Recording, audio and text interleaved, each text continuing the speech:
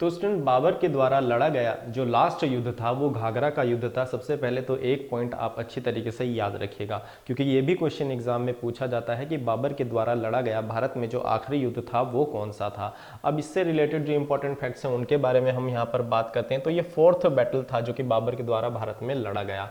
तो घाघरा का ये युद्ध था और कहाँ पर लड़ा गया था और किस तरीके से इस युद्ध को लड़ा गया, इन सभी फैक्ट्स को हम यहाँ पर डिस्कस करेंगे। देखिए घाघरा जो है ये कहाँ पर है। घाघरा जो है स्टूडेंट्स ये आपका जो है एक घाघरा नदी के किनारे पर ये युद्ध लड़ा गया था। और ये जो घाघरा नदी है कहाँ पर बहती है, इस तरीके का क्वेश्चन अगर आए तो इसको याद रखेंगे, तिब्बत, नेपाल और भारत। तिब्बत, नेपाल और भारत से होकर जो है घाघरा नदी गुजरती है। तो ये चीज़ आपको याद रखनी है। तो जो ये युद्ध था ये कहाँ कहाँ लड़ा गया था, किसके बीच में लड़ा गया था, सबसे पहले हम इस चीज को देख लेते हैं। देखिए 6 मई ऑफ 1529 एडी में जो ये युद्ध था ये लड़ा गया था, इसको आपको याद रखना है। और बाबर ने इसमें महमूद लोदी को हराया था। बाबर ने यहाँ पर जो बाबर ने हराया था महमूद लोदी को, ये अफगानों का एक अलायंस था जिसको हराया था।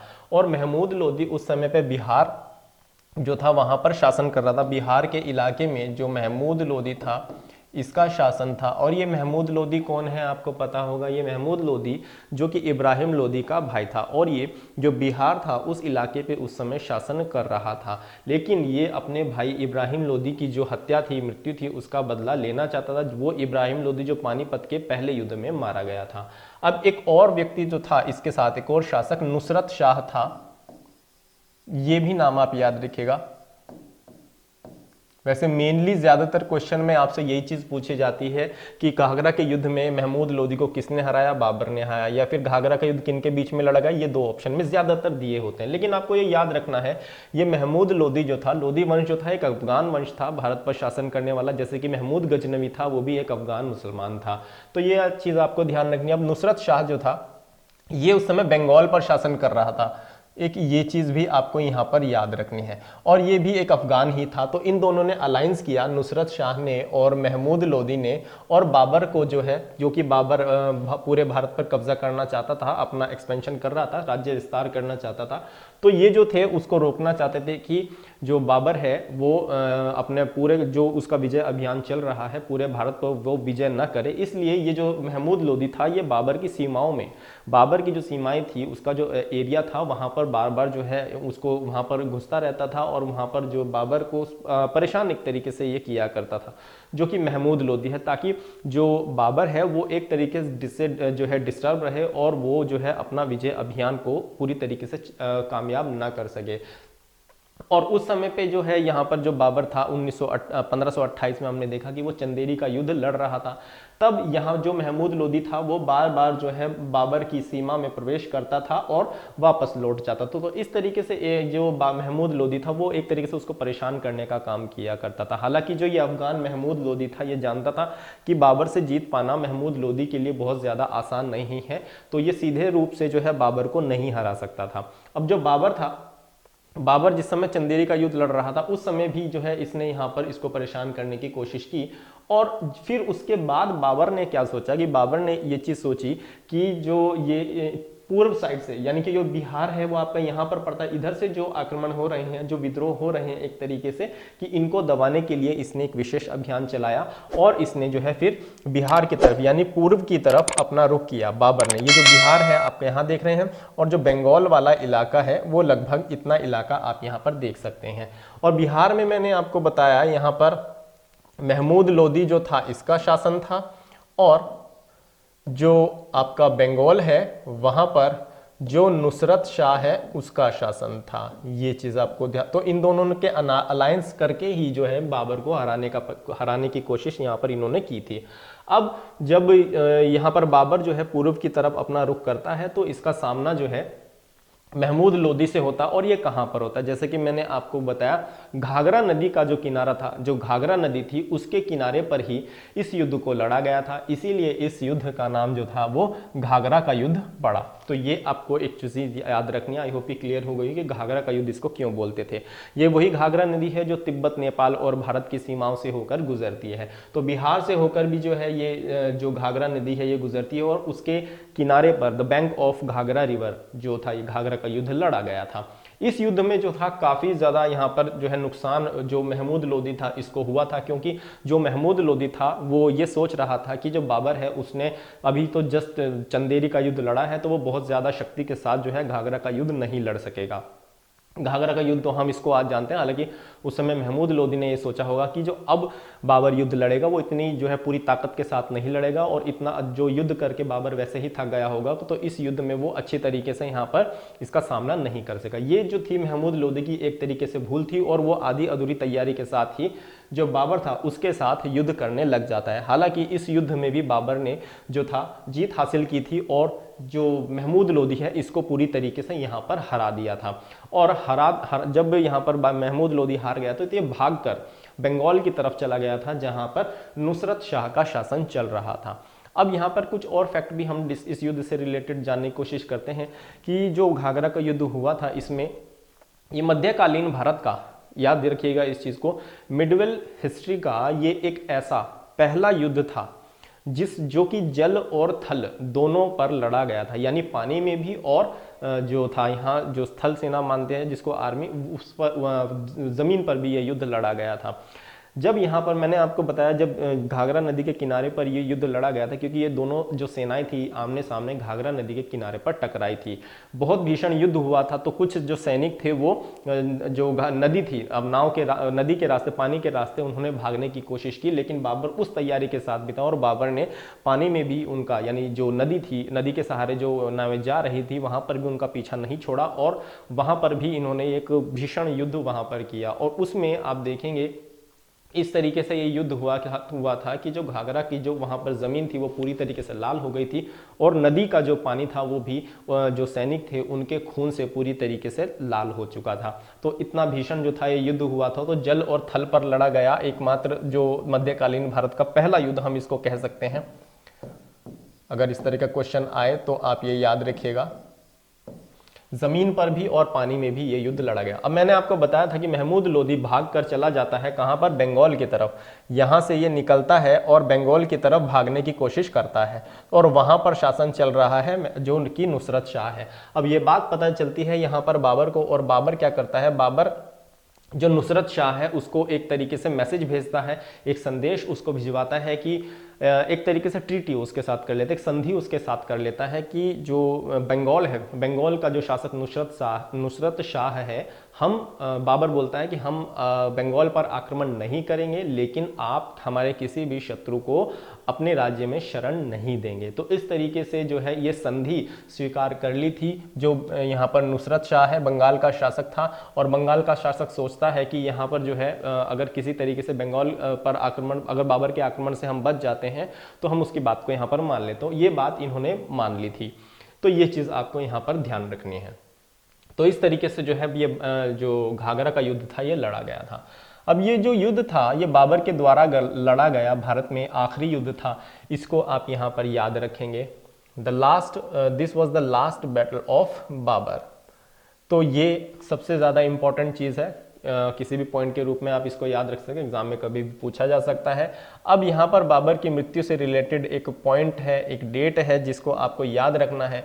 ऑन December 26 1530 AD में जो थी इसकी यहाँ पर मृत्यु हो जाती है। तो ये मृत्यु जो थी इसकी कब हुई थी, देखिए जब यहाँ पर बाबर, मैंने आपको बताया बाबर के द्वारा लड़ा गया जो घाघरा का युद्ध था ये लास्ट बैटल था बाबर के द्वारा लड़ा हुआ। तो ये सोच रहा था कि यहाँ से ये किसी तरीके से अब जो है बाबर जो भारत से निकलकर ये अब ग्वालियर होता हुआ, आगरा ग्वालियर मथुरा होता हुआ ये काबुल चला जाए। अब जब इसने इस बात की यहाँ पर सोचा तो इसकी मृत्यु हो जाती है कहाँ पर, आगरा में ही इसकी मृत्यु हो जाती है 26 दिसंबर 1530 में। अब कहीं कहीं ये डेट आपको देखने को मिलेगी, 27 दिसंबर भी दे सकता है, 25 दिसंबर भी दी हो सकती है, लेकिन आपको यही याद रखनी है यहाँ पर जो 26 दिसंबर ये बिल्कुल करेक्ट डेट है, तो ये आप याद रखेंगे। तो 26 दिसंबर 1530 में बाबर की मृत्यु कहाँ पर हो जाती है, जब ये काबुल लौटने की कोशिश कर रहा था तो आगरा में ही इसकी मृत्यु हो जाती है। और उस समय पे जो इसकी एज थी वो लगभग 40 साल की थी। तो ये चीज़ आपको यहाँ पर ध्यान रखनी है, एक इंपॉर्टेंट पॉइंट बनता है इस पॉइंट से, तो यहाँ पर ये चीज़ आपको याद रखनी है। अब बाबर की मृत्यु जब आगरा में हुई थी, देखिए मैंने आपको बताया कि जो इनके मकबरे हैं मुगल शासकों से रिलेटेड जो हैं वो काफ़ी बार एग्जाम में पूछे गए हैं, तो ये भी चीज़ हम यहाँ पर याद रखेंगे। नेक्स्ट पॉइंट हमारा इसी से रिलेटेड है, his body was first laid at Aram Bagh. आराम बाग कहाँ पर है? आराम बाग में जो है इसको बाबर को सबसे पहले जो दफनाया गया था आराम बाग में दफनाया गया था, जो कि बाबर है। लेकिन इसने अपनी जो है आत्मकथा में वहाँ पर इसने जो अपनी एक आत्मकथा लिखी थी उसमें इस तरीके का जिक्र मिलता है कि इसकी जो इच्छा थी वो काबुल में ही दफनाने की थी, तो इसलिए इसको वहाँ से निकालकर, आराम बाग से निकालकर जो है इसकी बॉडी को कहाँ पर ले जा गया? काबुल में। तो यहाँ पर वेयर इट वॉज बरीड, यानी काबुल में इसको दोबारा दफनाया गया। जो बाबर था पहले उसको मृत्यु आगरा में हो गई तो आगरा में ही उसको दफना दिया गया, आगरा के आराम बाग में, तो वहां पर इसका एक मकबरा बनाया गया। लेकिन इसको बाद में जो है वहां से निकाल कर काबुल में दफनाया गया और फिर काबुल में भी इसका मकबरा बनाया गया। तो ये दोनों ही फैक्ट आपको यहाँ पर याद रखने हैं कि जो काबुल में जो बाबर है उसका मकबरा कहाँ है, तो इसका सही आंसर होता है स्टूडेंट्स काबुल। काबुल में है। बनवाया किसने था? इसी का पुत्र था हुमायूं। हुमायूं के द्वारा ये जो मकबरा था बनवाया गया था, यानी कि जो इसके टॉम थी वहां पर बनवाई गई थी। तो ये चीज आपको यहाँ पर ध्यान रखनी है। अब इसकी जो मृत्यु थी उससे रिलेटेड एक यहाँ पर काफी सारी जो पॉइंट्स हैं कुछ इस तरीके से हैं, जैसे कि बाबर ने इतने सारे जब युद्ध थे वो लड़ चुका था, और जो घाघरा का युद्ध था एक तरह से शापित बोला जाता है कि इसके लिए वो शापित था, और उस युद्ध के बाद ही जो है बाबर की मृत्यु हो जाती है। सिर्फ 40 साल की उम्र में इसकी मृत्यु हो जाती है। तो यहाँ पर एक चीज़ आपको और ध्यान रखनी है कि जो बाबर था इसकी मृत्यु के बारे में एक हिस्टोरिकल जो एविडेंस हमें मिलता है, लिटरेरी सोर्स, वो था वो था हुमायूंनामा, जो कि गुलबदन बेगम के द्वारा लिखी गई थी। गुलबदन बेगम कौन थी? जो कि हुमायूं की बहन थी। तो बाबर की एक जीवनी लिखी गई थी। बाबर के बारे में एक और फैक्ट हमें मिलता है हुमायूंनामा में, और जो गुलबदन बेगम ने लिखी थी उसमें लिखा हुआ है कि जो बाबर था, बाबर को इब्राहिम लोदी की माँ ने खीर दी थी और खीर में जहर मिला हुआ था। उस खीर को खाने के बाद मतलब थोड़ा जो है धीरे धीरे जो है उसकी मृत्यु हो रही थी। इस तरीके से यहाँ पर आपको एक पॉइंट के रूप में याद रखना है कि इस तरीके के जो पॉइंट है वो कहाँ पर लिखा है। गुलबदन बेगम ने लिखा है, हुमायूंनामा में लिखा है, बाबर के बारे में लिखा है कि इसके हाथ की खीर खाने के बाद हो गया था, हुई थी बाबर की मृत्यु इब्राहिम लोदी की माँ के हाथ की खीर खाने के बाद। एक फैक्ट के रूप में हम इसको याद रख सकते हैं। ओके स्टूडेंट्स, तो ये थे बाबर के द्वारा लड़े गए भारत में कुछ महत्वपूर्ण युद्ध, जिनसे एग्जाम में कई बार क्वेश्चन रिपीट हुए हैं और आगे भी हो सकते हैं। तो ये इंपॉर्टेंट है, आपको याद रखना। एक बार यहाँ पर हम ओवरव्यू लेते हैं इस चीज का। देखिएगा, बाबर के द्वारा जो लड़े गए थे, सबसे पहला युद्ध था पानीपत का युद्ध, जो कि 1526 में लड़ा गया। उसके बाद बाबर के द्वारा जो था एक युद्ध लड़ा गया जो कि खानवा का युद्ध था। खानवा का युद्ध जस्ट नेक्स्ट ईयर 1527 में लड़ा गया। उसके बाद चंदेरी का युद्ध था जो कि 1528 में लड़ा गया, और लास्ट जो था घाघरा का युद्ध जो कि 1529 में लड़ा गया। और इनसे बार बार जो है क्वेश्चन रिपीट होते हैं, तो ये आपको आसानी से याद इसको रख सकते हैं। अब देखिए, इसके लिए एक शॉर्ट ट्रिक भी लोग जो स्टूडेंट हैं वो याद रखते हैं यहाँ पर हिंदी में। तो वो कहते हैं कि पानीपत खानी, यहाँ पानी पिया, खाना खाया, चाय पी और घर चला गया। जैसे कि इस तरीके से कोई भी शॉर्ट ट्रिक जो है आप बना सकते हैं इस तरीके की चीज़ों को याद रखने के लिए। पानीपत से पानीपत, खानवा से खानवा, चंदेरी से चाय और घाघरा से घर इन्होंने बनाया। तो इस तरीके से कुछ ट्रिक्स के माध्यम से भी आप इन डेट्स को याद रख सकते हैं। डेट्स याद रखना काफ़ी आसान है क्योंकि बिल्कुल सीक्वेंस में ये सभी चीज़ें चल रही हैं। अब आगे बढ़ते हैं और बाबर से रिलेटेड कुछ इंपॉर्टेंट फैक्ट्स को देखते हैं जिनसे रिलेटेड एग्जाम में क्वेश्चन पूछे जा सकते हैं।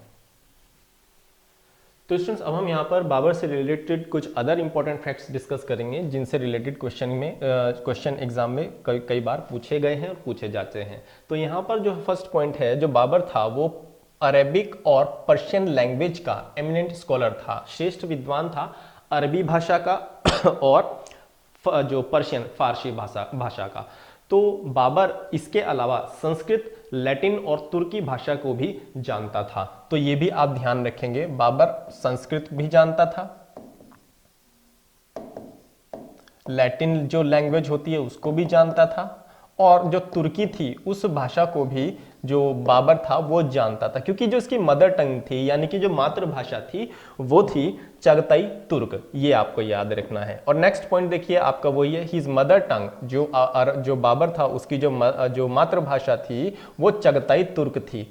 तो ये आप इसको याद रखेंगे अगर इस वाले पॉइंट को, तो आप आसानी से बता सकते हैं कि यहाँ पर जो बाबर ने अपनी जो रचनाएं लिखी हैं, इतनी जो बुक्स लिखी हैं, वो कौन सी लैंग्वेज में लिखी हो सकती हैं। तो ये लैंग्वेज आपको पता है कि बाबर इतनी लैंग्वेज को जानता था, और उसने जो अपने जो यहाँ पर लिटरेरी जो इसके सोर्सेस मिलते हैं उनमें किस तरीके की लैंग्वेज हो सकती है।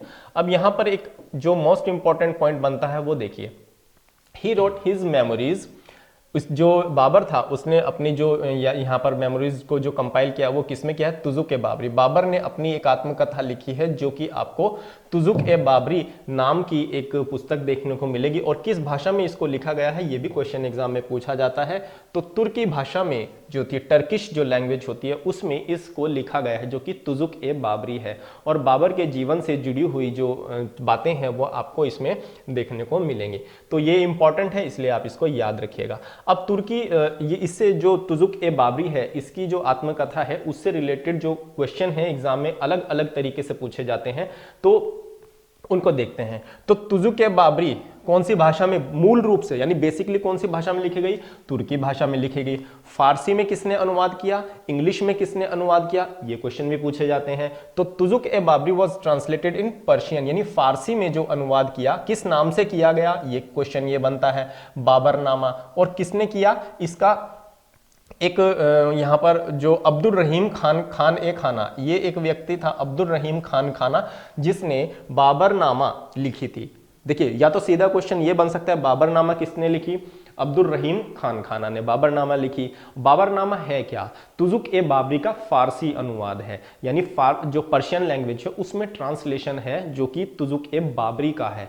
ये चीज आपको याद रखनी है। अब इसका एक और 1905 एडी में मिसेस बेवरेज नाम की एक महिला थी जिन्होंने इसका अनुवाद किया है, जो इंग्लिश में ट्रांसलेट इसको किया है। तो ये भी चीज आपको याद रखनी है यहाँ पर। तो तुजुक ए बाबरी से कुछ इस तरीके के यहाँ पर पॉइंट बन सकते हैं, तो ये याद रखने हैं। Next, he compiled 2 anthologies of poems. इसने 2 एंथोलॉजीज लिखी। अब वो कौन कौन सी हैं, एक तो दीवान और दूसरा मुबैयान। तो ये इंपॉर्टेंट है, मुबैयान से जो क्वेश्चन है वो एग्जाम में पूछा गया है, तो ये आप याद रखेंगे। मुबैयान एक्चुअल में है क्या, मुबैयान एक यहाँ पर पद्य शैली है जिसका निर्माण जो था वो बाबर ने ही किया था। तो ये एक पॉइंट है। तो दीवान जो थे वो कौन सी भाषा में लिखी गई है, वो तुर्की में लिखी गई है। मुबैयान जो है पर्शियन लैंग्वेज में लिखी गई है। तो यहाँ पर जो मुबैयान है, मुबैयान एक पद्य शैली है, प्रोज एक तरीके से लिटरेचर है। तो उसका वो जो जिस स्टाइल में वो लिखी जाती है उसका यहाँ पर एक तरीके से उसको शुरुआत किसने की थी, वो बाबर ने की थी। तो ये चीज आप याद रखेंगे। अब नेक्स्ट इंपॉर्टेंट पॉइंट जो यहाँ पर है, ही ऑल्सो रोट रिसाल ए उसज। एक यहाँ पर लिखा गया था, एक लेटर था एक्चुअल में, ये लेटर्स ऑफ बाबर, रिसाल ए उसज। तो ये भी आपको याद रखना है। रिसाल ए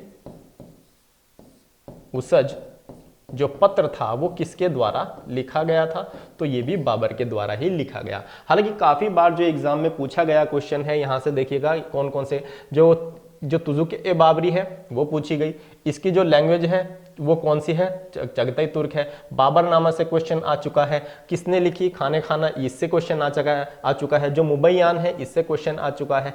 तो ये जो सभी यहाँ पर पॉइंट्स हैं ये किसी ना किसी एग्जाम में पूछे गए हैं, तो इनको आप अच्छे तरीके से याद रखें, फ्यूचर में भी ये पूछे जा सकते हैं। ओके स्टूडेंट्स, तो ये था यहाँ पर मुगल एम्परर बाबर, जिसके बारे में हमने सभी इंपॉर्टेंट फैक्ट्स यहाँ पर डिस्कस किए। उसके द्वारा लड़े गए जो इंपॉर्टेंट युद्ध थे उनको हमने यहाँ पर डिस्कस किया, जो बहुत ज़्यादा इंपॉर्टेंट है और वहाँ से क्वेश्चन कई बार पूछे जाता है। अब बाबर के बाद आने वाला जो इसका सक्सेसर था वो था हुमायूं, जो कि इसका पुत्र भी था।